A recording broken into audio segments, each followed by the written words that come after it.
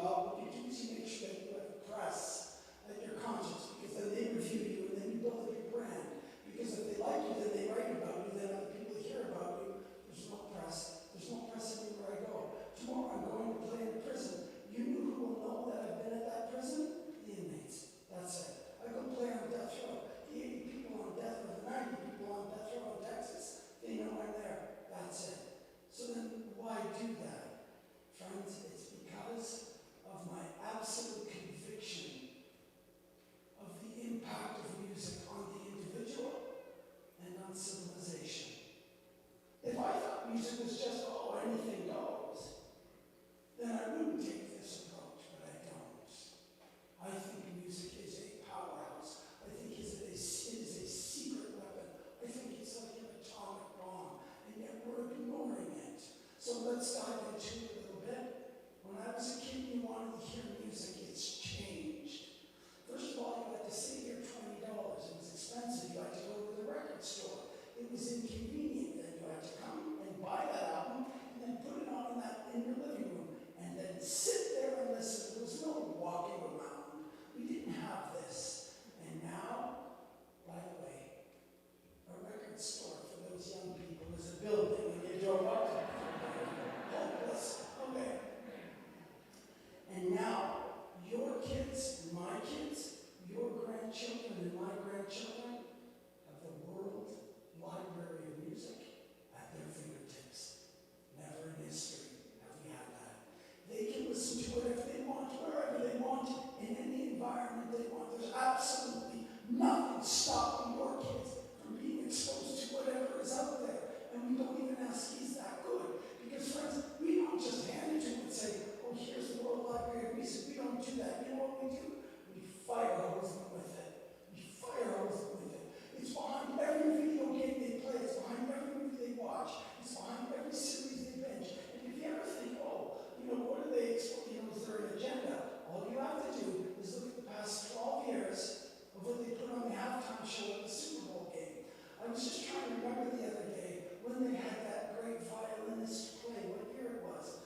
Oh, that's right. Never.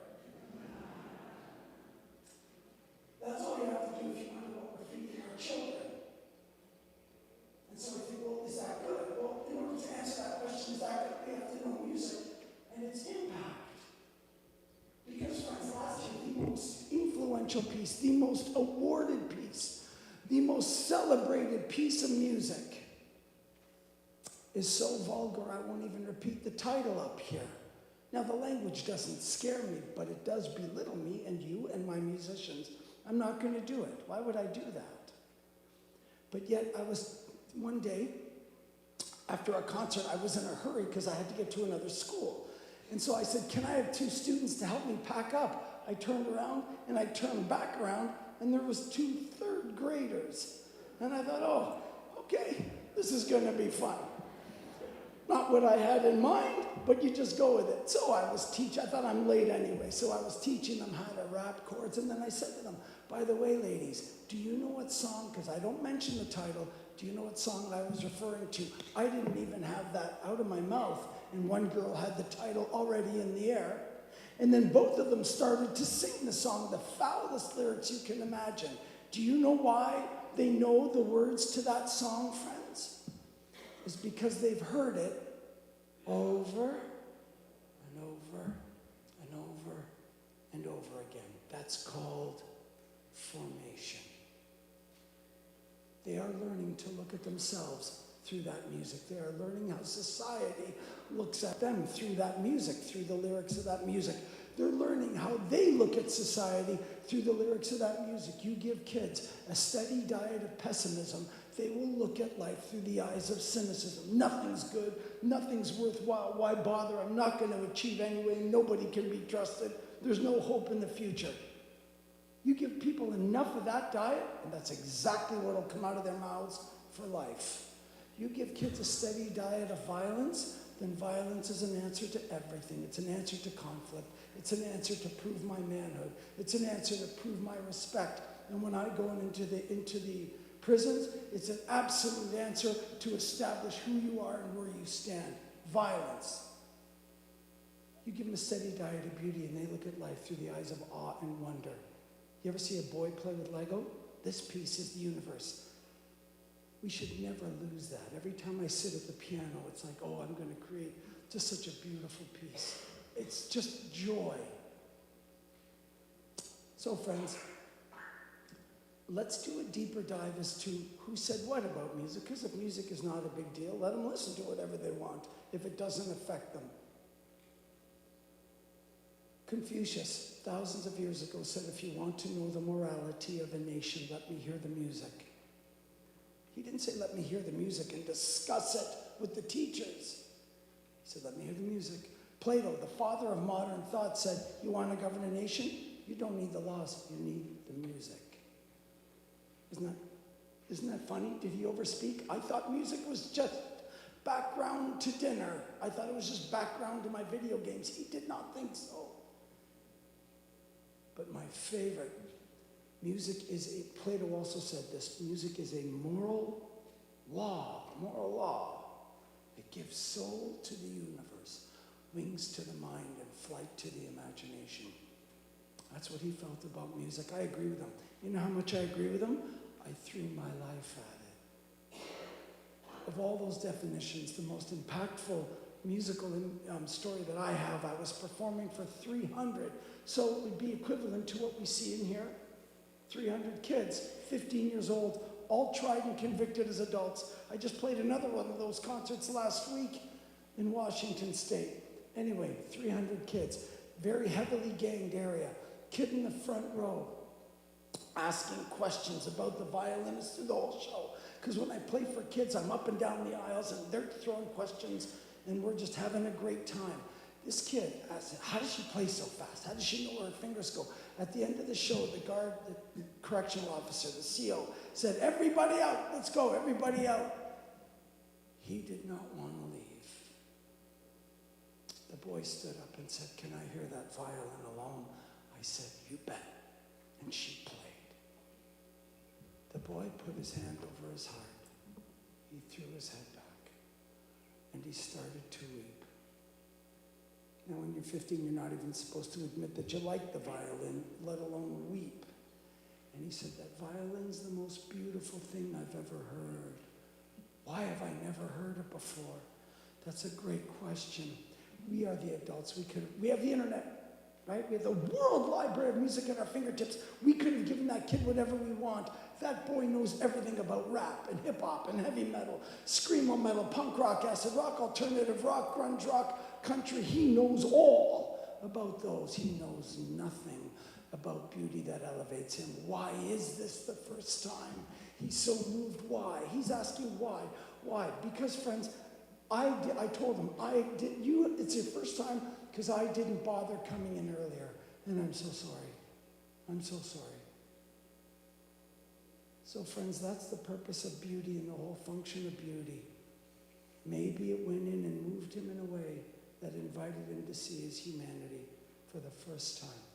And he saw himself as dignified and worthy of good and humor and joy and redemption and mercy, instead of sort of the animal that he was used to living. I'll throw my life at that kid any day of the week. When I'm dead, who's going to care about my brand and about my career? That boy is worth 10 times my brand. That's why I go in, friends. So I want to entertain you tonight. But far more than that, I want to write music that brings you joy and hope and inspiration. This next piece is a vocal and a violin duo. There's no words. It's called a vocalise. Her voice becomes like an instrument. The main themes are passed between the singer and our violinist, but there's a lot of great counter melody in the cello. Isolate all three throughout the whole piece. This piece is promise.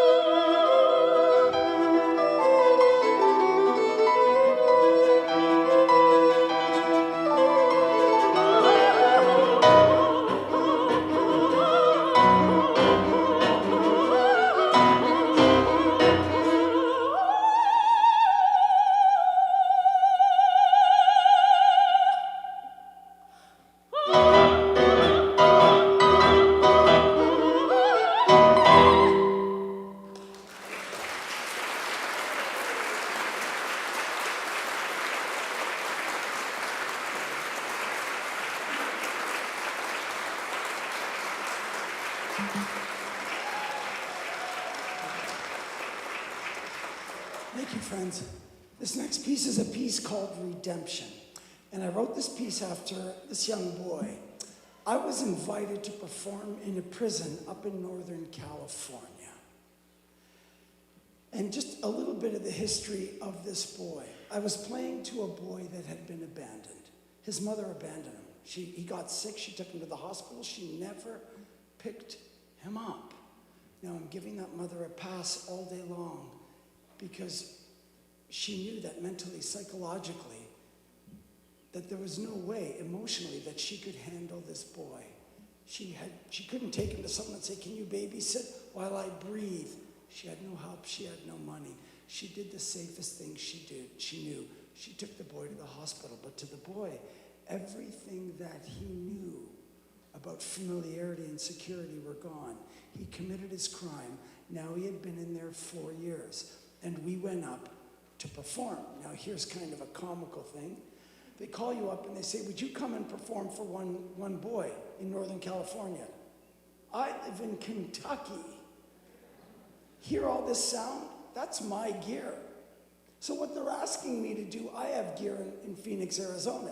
It means fly to Phoenix, rent a truck, go get all my gear, throw it in the locker. That stuff's heavy, and I'm 57. Drive 15 hours up towards San Francisco, unpack the truck, it's still heavy, and I'm still 57. Take the stuff into the prison, fly 3 musicians in for 1 kid.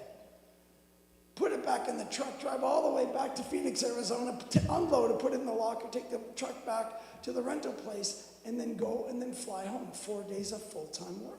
And if you ever want to hear what silence sounds like, just ask the Department of Corrections in California what they're going to pay you when they ask you to do all that. So they say, would you come and play? I say, sure. What can you afford? Silence. It makes no sense, but let me tell you about this kid. He had been in there 4 years, never been hugged. Nobody's ever said, I loved you. Nobody's ever said, I'm going to mentor you. I'm going to teach you a trade. I'm going to teach you, how to succeed in life. I'm going to teach you how to socialize so that you can do well, so that you'll have the confidence. And when you fall, I'm going to teach you how to get out of the mud like a man. Nobody. No Merry Christmas, no Happy Birthday. All we've done is thrown enough food at the boy. So when I asked the boy, I said, son, what's the plan? The boy said, the plan is to come right back. This is all I know. Friends, he is what's called self-condemning. He is judging himself harder than anyone any judge will ever sentence him. So when a person decides, I get letters all the time from inmates. I played over 1,000 shows in prisons. I get letters from death row. And this is what they say. My life has no meaning. Who told you your life has no meaning? My life has no purpose. Who told you your life has no purpose?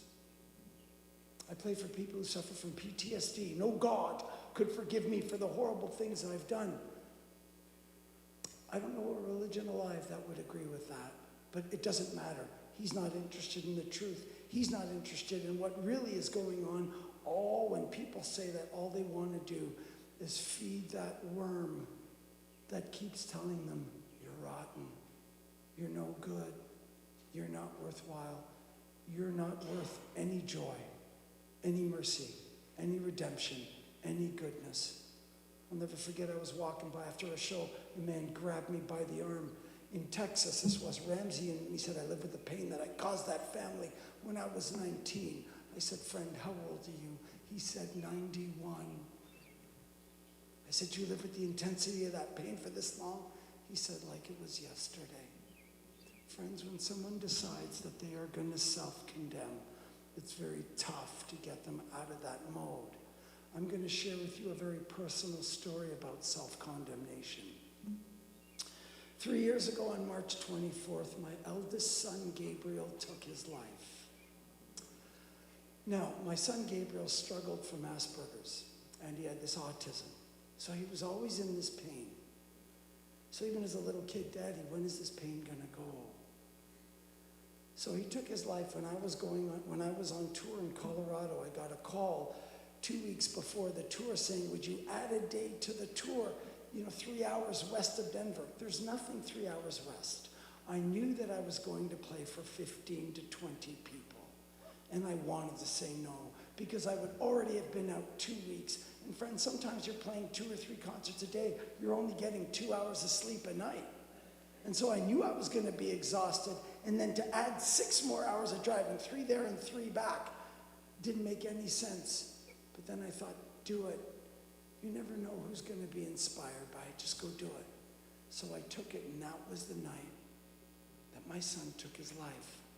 And as I was driving home, within minutes, my wife called me. She was on the way to my son's house to give him headache medicine. She walked in his house, and she saw him on the bed, and Gabriel was to never wake up again. And that's when she called me, right in that sacred and horrible time of a mother with her son. So as I was driving, friends, within half an hour, all these arrows started falling from the sky. Arrow number 1, you knew you shouldn't have taken that last show. Remember, I didn't want to take it, and now it's haunting me. Arrow number 2, if you didn't take that last show, you would have been home. Number 3, if you were home, your son would have made different decisions. Arrow number 4, how are you going to live with yourself knowing that you could have prevented this? Arrow number 5, when your son was taking his last breath, he was looking for you for consolation. A little bit of history behind that arrow. My son had Asperger's. I always felt the need to protect him. So no matter where he went, I went with him when I was home. Hey, Dad, I'm going out with my friends. I said, I'm going out with your friends too. And no matter where he went, I would go.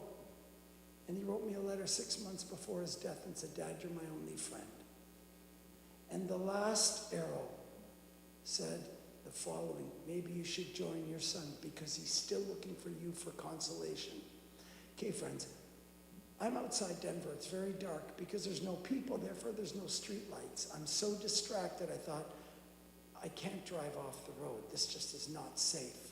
So I pulled over and I started examining those arrows. And when I examined them all, there was enough truth in every one of them for me to identify what they were associating with. It's not like I was sitting there, oh, what is that talking about? I knew what it was talking about, but you know what they were all? They were all lies. And lies have one purpose, and that is to destroy you. Lies aren't there to invite you to grow. I wasn't trying to think about deep things. I was just trying to hold on to the wheel. Lies aren't there to encourage you for humility or any of that. Lies are there 100% to destroy you. And if I drank the water of those lies that were coming at me, I could go in that corner over there and I could basically self-paralyze through all the pain, all the confusion, all the hurt, and all the loss of my son. I wasn't going to do it. I thought, I'll take those tough questions any day. I'll self-examine any day. I'll admit where I'm wrong all day long. I am not going to drink those lies just because an idea comes to your mind. It doesn't make it part of your story. It doesn't mean it's true because it comes here. So my friends who are in prison, when an idea comes to feed that worm of how rotten they are and what you've done, and don't forget who you are. You're this rotten person. They drink that medicine all day. And it's wrong. And it's wrong. Friends, sometimes this is the toughest battlefield in the world.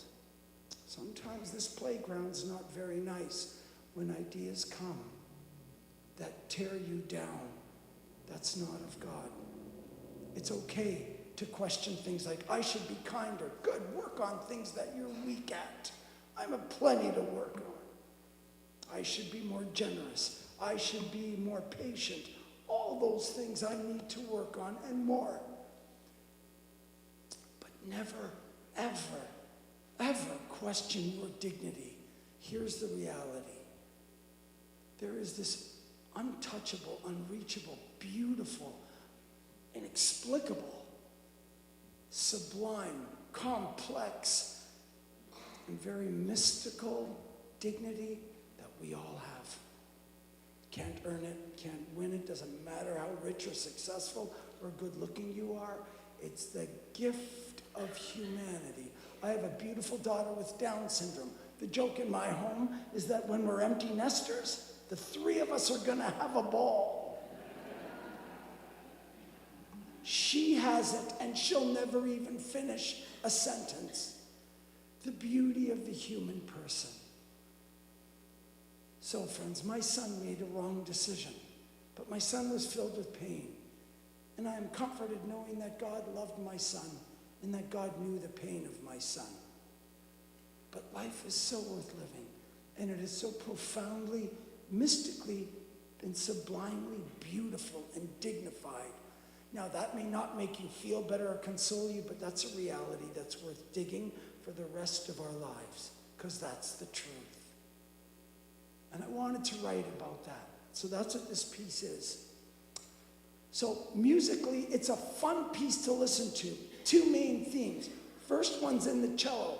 Why the cello and not the violin? It's because Alex paid me more than sung up. Sometimes you just have to be practical. Well, that's not exactly right. The first theme, basically, sometimes we have to overcome certain things in ourselves in order to live our higher life. Oh, I have a horrible temper. I'm going to go from 0 to 100 in 2 seconds. I'm never going to lose my temper again. 5 seconds later, oh, look, I've lost it again. You have a choice right there. You can just say, well, that's the way I am. That's the wrong choice. Or we can say, I'm going to fight it. I'm going to cleverly think of other ways to divert my temper. But those are good fights. Keep fighting those things. And you may never conquer your temper, but there's merit in the fight. That's what that represents. The theme in the violin represents the glory of redemption. And the magic, friends, you're going to hear them play back and forth, intense, gentle, but the magic is when they're played together. Because sometimes the glory of redemption is realized in the suffering. Suffering is probably the only thing we all share. We don't all have peace or hope or prosperity, but to one degree or another, young, old, rich, poor, I play in celebrity homes. They suffer. We all suffer.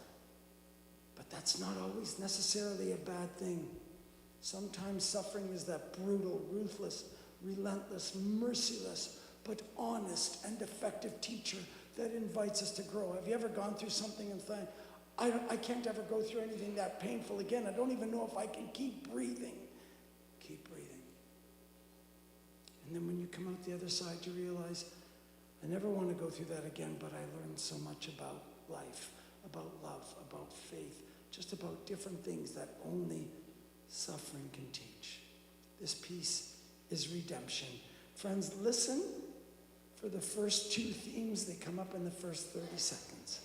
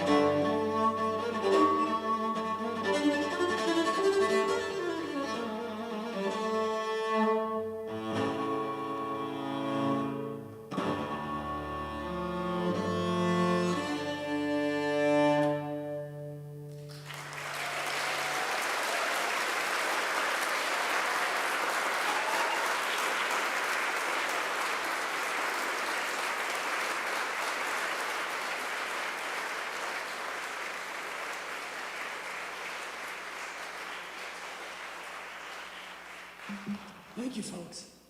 Friends, this next piece is a spiritual narrative. I'm not going to come at this from a religious perspective, but a musical one. So, why does spirituality and music go on so well together? I mean, every Christmas we always say, oh, well, I want to hear Handel's Messiah. Handel's Messiah is played on every secular theater, on every corner, as it should be, because it's a profound work. But it was inspired by the sacred. Bach, on every sheet of manuscript, would write, "For God alone." Now, why did he write that?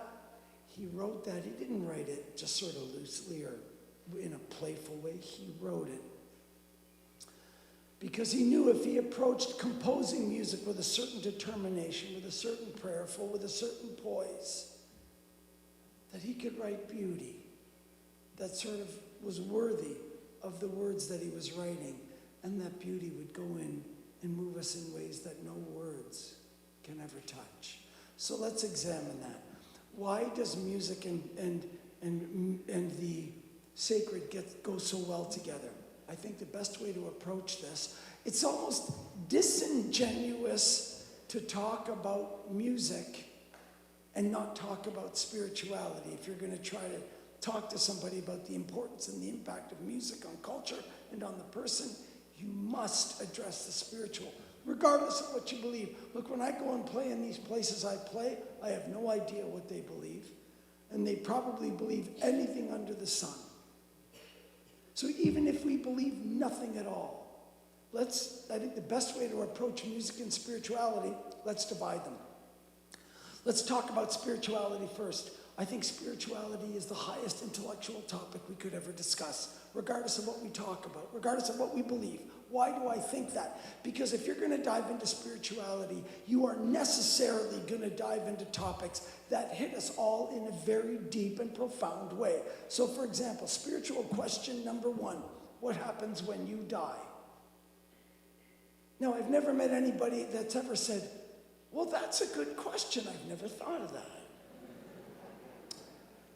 Friends, when my son passed away, I had to address that in a very unromantic way, but in a very real way. And when you die, is there eternal life? Is there some sort of deity or God involved? Or is that it? Well, how do you know? Well, you would know just by researching the way you would research anything. Figure out what God said. Figure out what people said about God.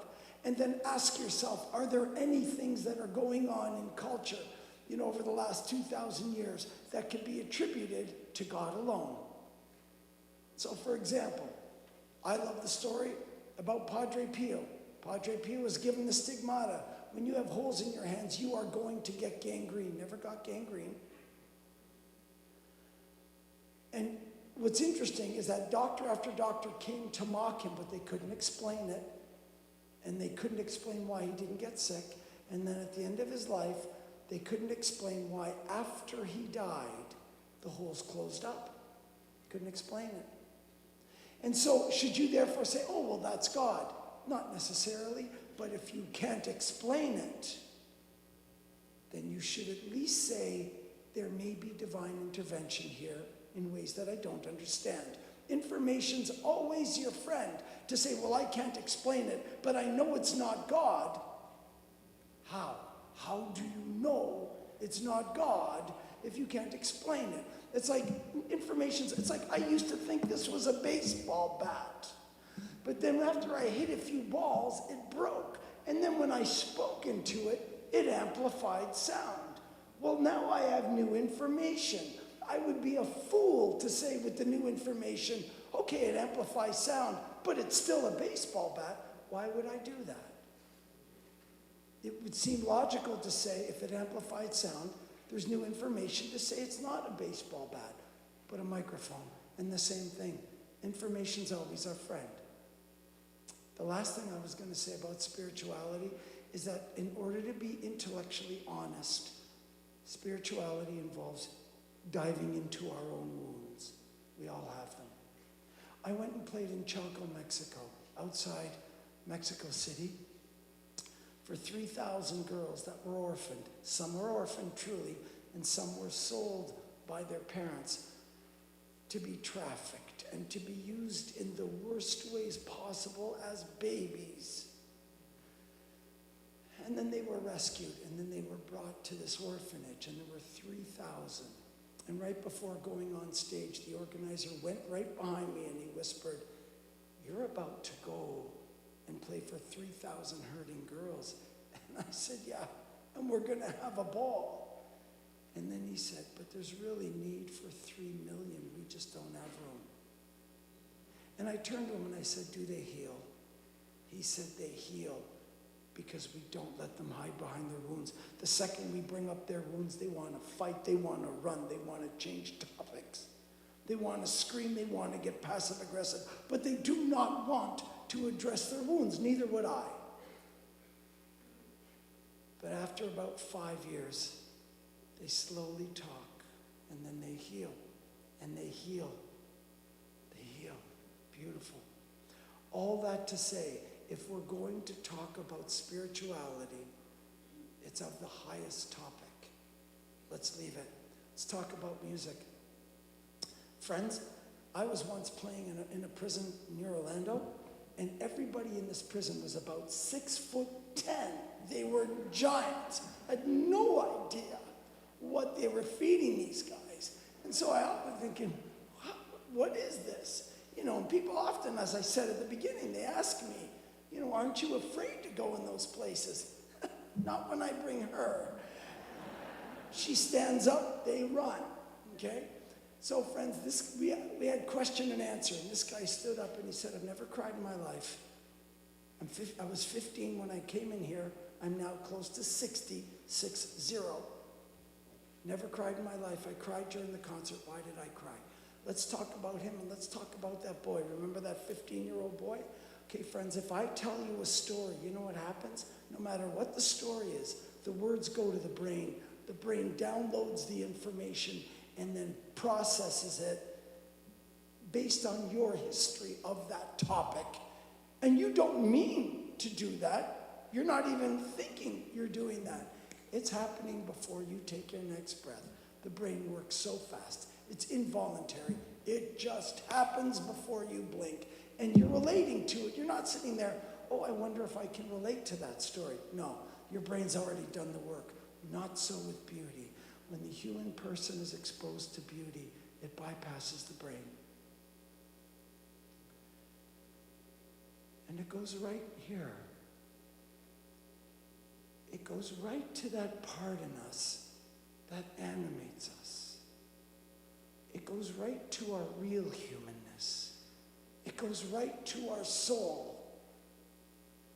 And it cuts through all the betrayal, all the hurt, all the pain, all the neglect, all the walls, and it elevates our humanity.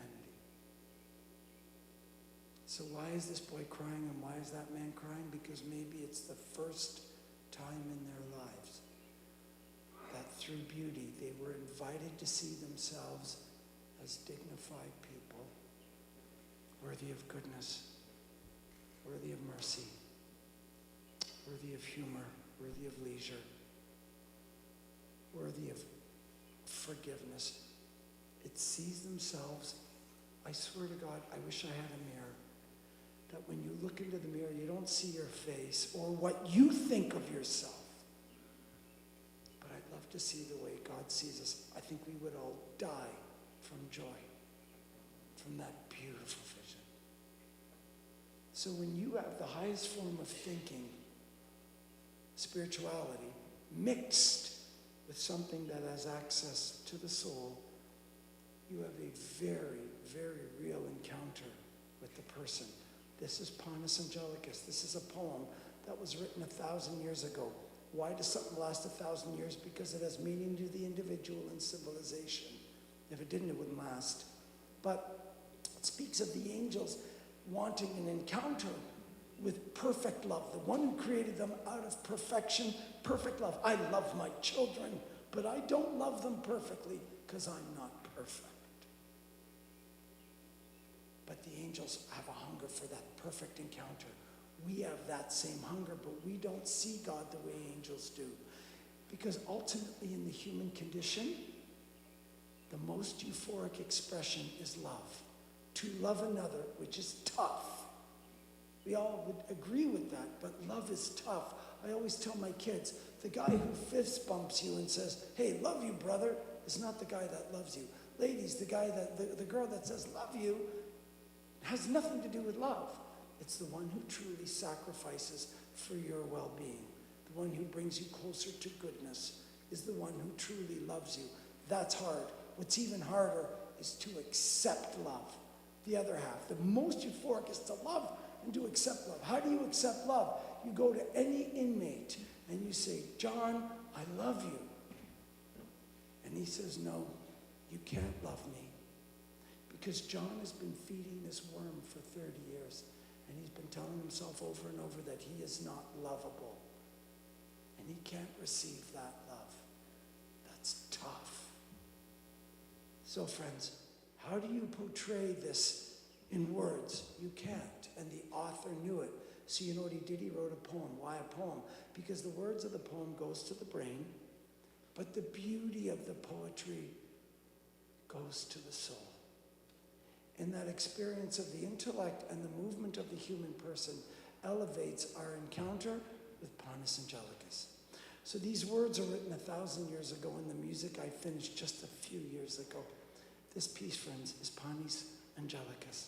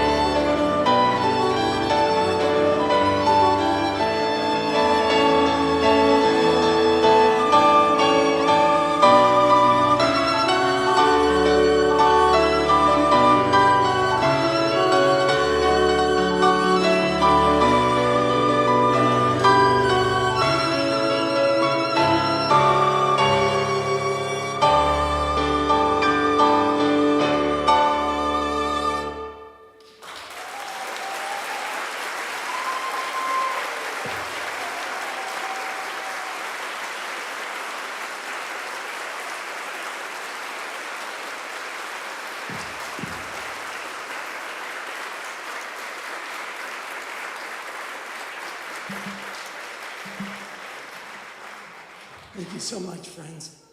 We have one more piece for you this evening. And before we play it, just a couple of thank yous and a couple of logistics. Number one, I would like to thank Father so much for allowing me to come. And I would like to thank Marianne Haskell. She called me and she was yeah.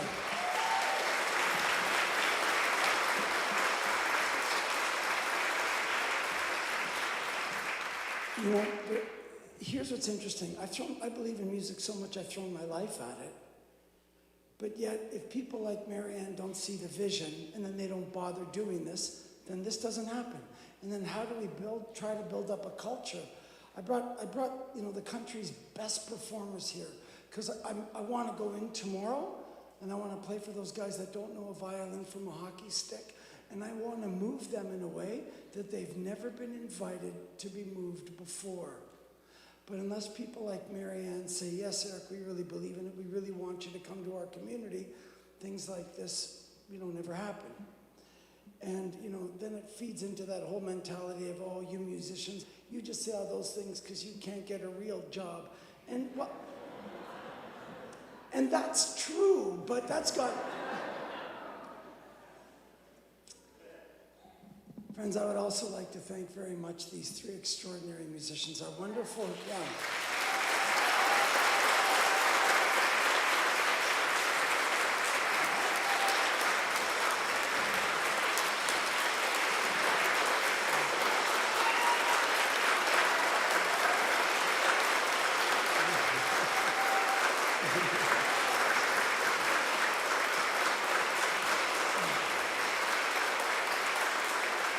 So friends, our wonderful cellist this evening is Alex Winter.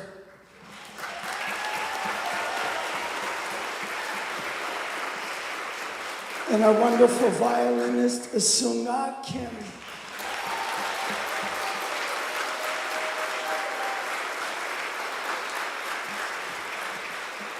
And our wonderful vocalist is Jayan Kim.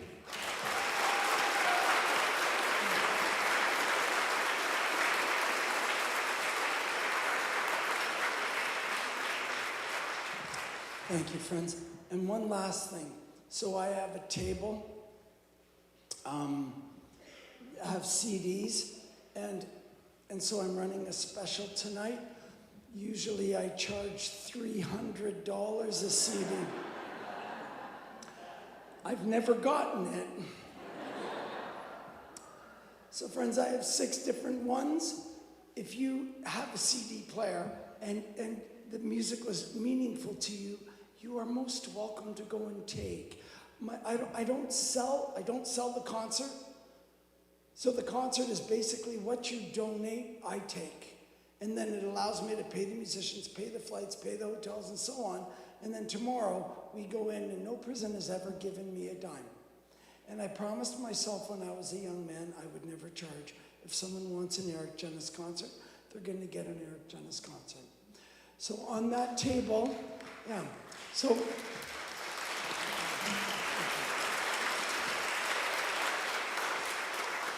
on that table, friends, there's CDs. There's also links. If you type in that link, you'll have all my music digitally.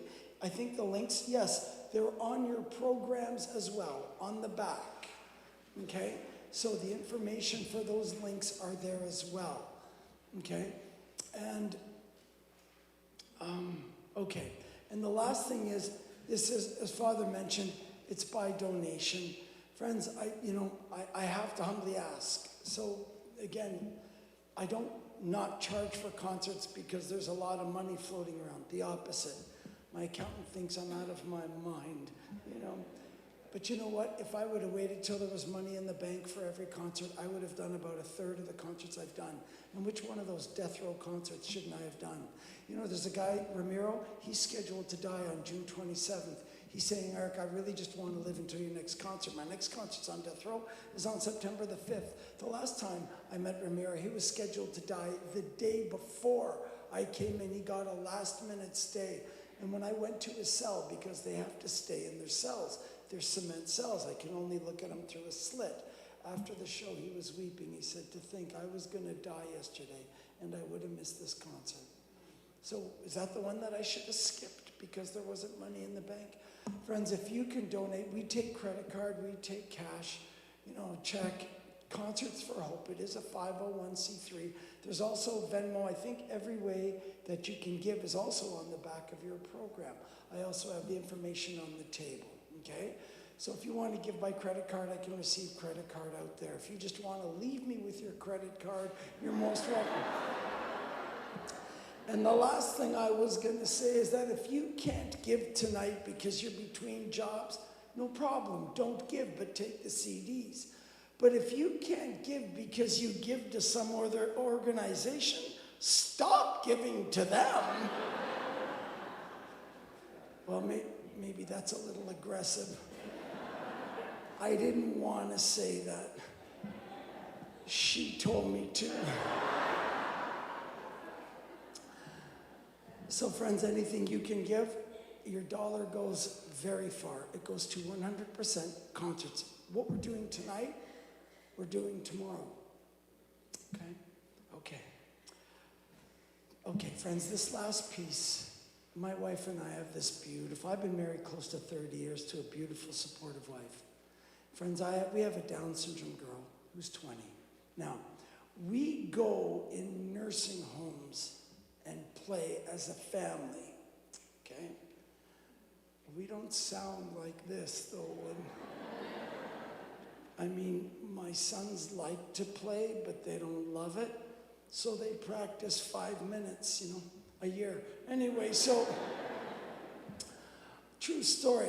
I told my sons, I said, let's go. We're late, nursing home. Now, in Kentucky in February, it's cold. Not like this, but it's cold. So I said, get in the car. My son comes down with a cut-off t-shirt. See, he lifts weights and he likes his little muscles. So he comes down and he talks like Rocky Balboa, So I said, that's nice, cut off t-shirt, February. Maybe you want to put on a coat, it's freezing. And he says, oh no, Dad, no, you see, because when you got it, you gotta flaunt it. I'm thinking, flaunt what, you knucklehead? We're going to a nursing home. They can't even see you. So we go and play, and I tell you, it's painful because half the time, if I was a betting man, I would bet he wasn't even playing the same song as the rest. He sounded so bad, but I can't, and I choose my audiences carefully. Why do I choose a nursing home? Because they're deaf. It's the only way. Now, I'm here. I'm visible. I can't give them a dirty look. So I consoled myself saying, no. You know what? I'm the musician. Nobody notices how bad he's sounding right now. I fooled nobody. You know how I know? Because we played and they clapped, they clapped. And then I said, friends, I have one more song for you. And this lady at the back couldn't contain herself. She yells out, thank God. That's when I knew we were completely, the gig was over. I turned to my son and I said, I love you. He said, I know, Dad. I said, but you sounded terrible. I said, maybe you hit 5% of the notes anywhere near the tune that they were meant to be hitting. The knucklehead tells me, oh, I know, Dad, but when I was playing, did you see my muscles? Anyway, crazy.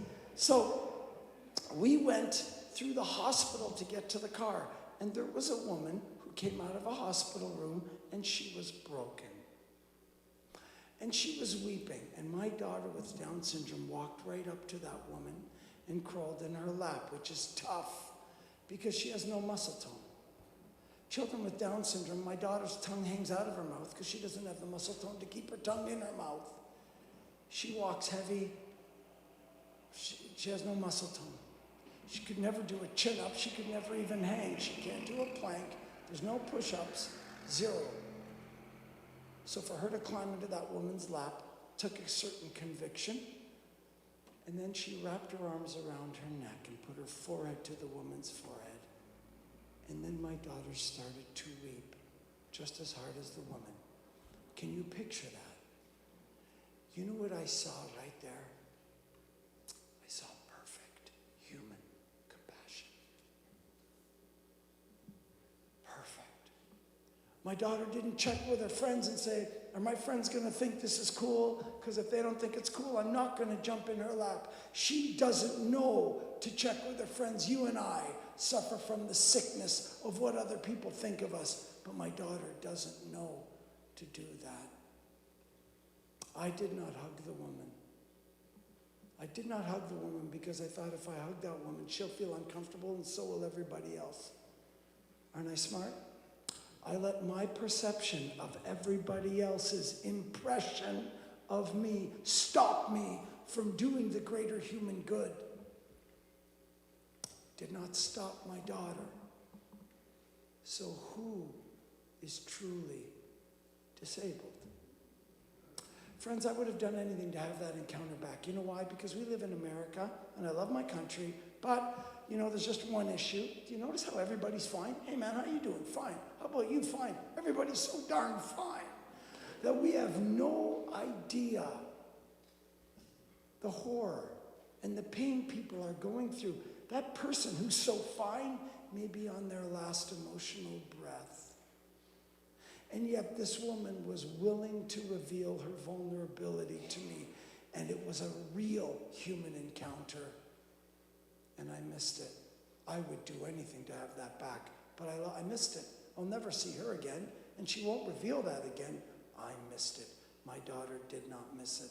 I'm walking by the woman and I'm thinking, I'll take my children to ice cream. I'm thinking ice cream in the middle of her brokenness. You know what I'm feeling for the woman? Nothing.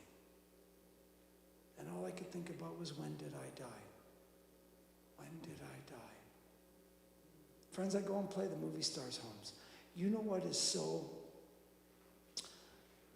interesting about playing in their homes is that everybody wants to have an encounter with the movie star. Makes sense. They have charisma, they have fame, they're rich, they have vision. But do you know why everybody wants to have an encounter with the movie star? It's because they're easy to love. It's that good-looking girl. It's that good-looking guy. It's the guy with the perfect body because he's a professional athlete. It's the guy who lights up all the room with his great charisma and his great humor. It's the person who's the number one on the New York Times bestseller list. They're easy to love. And then there's a whole group of people in this world that are tough to love. That are tough to love. And my daughter's one of them. I promised you that I wasn't going to turn this into a religious concert, but do give me 5 seconds. Our Lord said, what you do for the least, you do for me. He did not say what you do for the most. The most are easy to love.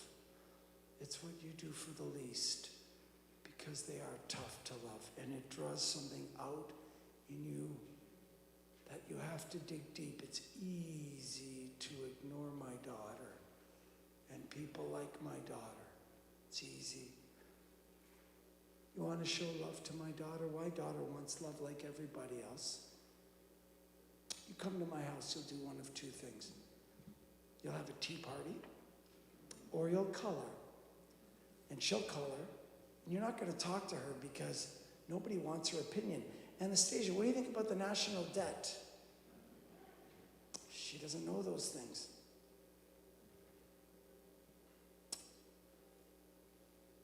You're going to get bored within a minute. And her, she'll be so happy that you are there for her. You will see what joy was meant to look like. You don't need to play the cello. You don't need to play the violin. You don't need to be a pianist. You don't need to be a singer. You don't need to be a composer. You just need to show up. Friends, charity is always the right thing to do. You know how many people show up to see my child? Nobody. And it's not because they're bad people. It's just that we forgot what we mean to each other. Charity is always, always the right thing to do. But we all have a vision of charity, right? We shovel in our neighbor's driveway. That's good. He's too old and weak to shovel that driveway. The driveway's now shoveled. It looks good, and you feel good about yourself. That's charity. Do that. You want real charity? Call that son that insulted you 10 years ago that you haven't spoken to. Call him and forgive him. When I'm in the prison tomorrow, you're not going to remind them? Because a lot of their fathers were in prison. A lot of their mothers suffered from addictions, and they grew up with nobody. I'm going to say, call that mother and forgive her. No, I'm not going to call her. I'm never going to call her, speak to her again. Yeah, that's charity. Take out that uncle that's always rude to you. Take out that sister that you haven't spoken to in 30 years. Yeah, but she's mean and she's nasty. You can't control what she does. Don't worry about what she does. Well, I won't be treated that way. Be treated that way. Nobody ever died from being insulted. I never read an obituary. This person died because someone insulted them. Friends, by you sitting there and giving them your humanity, you're giving them the best part of who you are. Just being there. Oh, but they're insulting and they're weird and they're strange. When you go into high schools, why is that kid sitting alone every day? And then the cool kids, well, he's weird and he sucks the joy out of the room. All the more reason. Nobody asked you to heal him. Go and sit with him. Let him be weird for an hour. And then slap him on the back and say, thanks for lunch. I want to do this again next week. You're giving him your humanity. You may be making such an impression on that boy's life. Friends, charity hurts. Real charity hurts. Hurts. So, friends, charity is always the right answer. My daughter has it down. I'm still learning. Just because I can stand up here with a microphone doesn't mean I have all these things down. So, friends, my daughter was born with a really bad heart. She needed massive heart surgery, as many Down's children do. So I wrote this love song to her when I was in the waiting room and she was in the operating room. This is a love song from me to my daughter. This piece is called Here I Am. Friends, after this piece, we're going to turn on the lights. I'm going to go and be behind my table, and I'd love to shake your hand before you leave. This piece is Here I Am.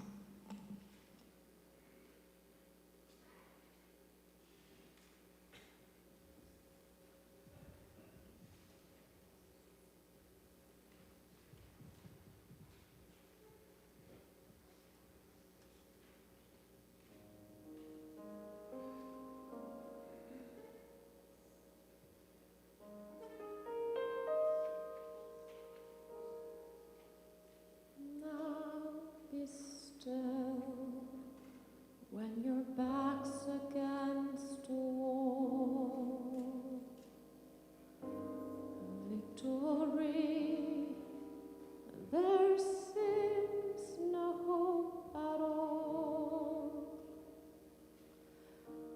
I'll be your wings that soar so high, the side of paradise.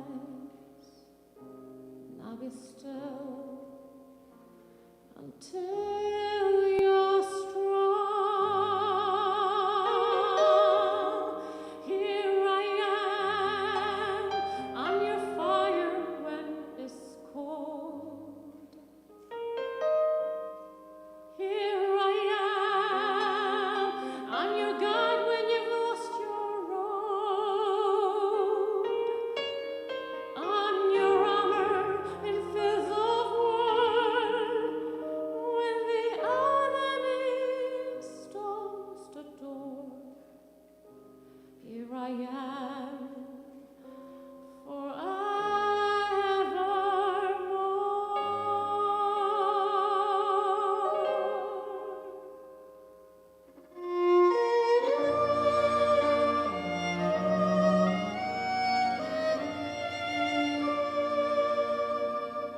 Take my hand when shadows hide your way.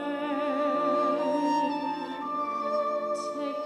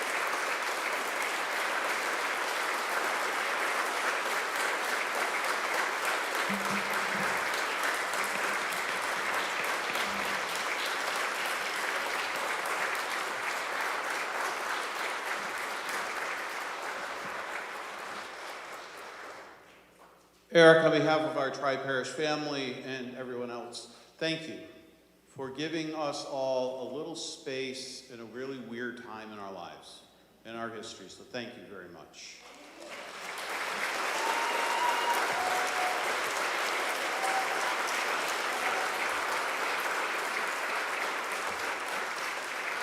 Now, a couple of things before we go. Our committee is now working on possibly 2 more little projects like this. So maybe at some point, some of you may want to get involved in the committee, so some of the folks on the committee can take a break. So we'll be in touch. Second of all, do you remember the story in the Gospels of the man that Jesus said, take up your mat and walk? We have to get the church back to the way it looked. So if you're sitting in the way back seats, don't touch your chairs. There will be a few people around who will tell you where to put the seats and where they have to go back. If you could do that, that would be wonderful, because then we all can get out of here and get ourselves home. And remember, we have Mass tomorrow night here at 6, 9 o'clock at Our Lady of Grace, and Immaculate at 6 for the Ascension. Just a little commercial announcement. So thank you.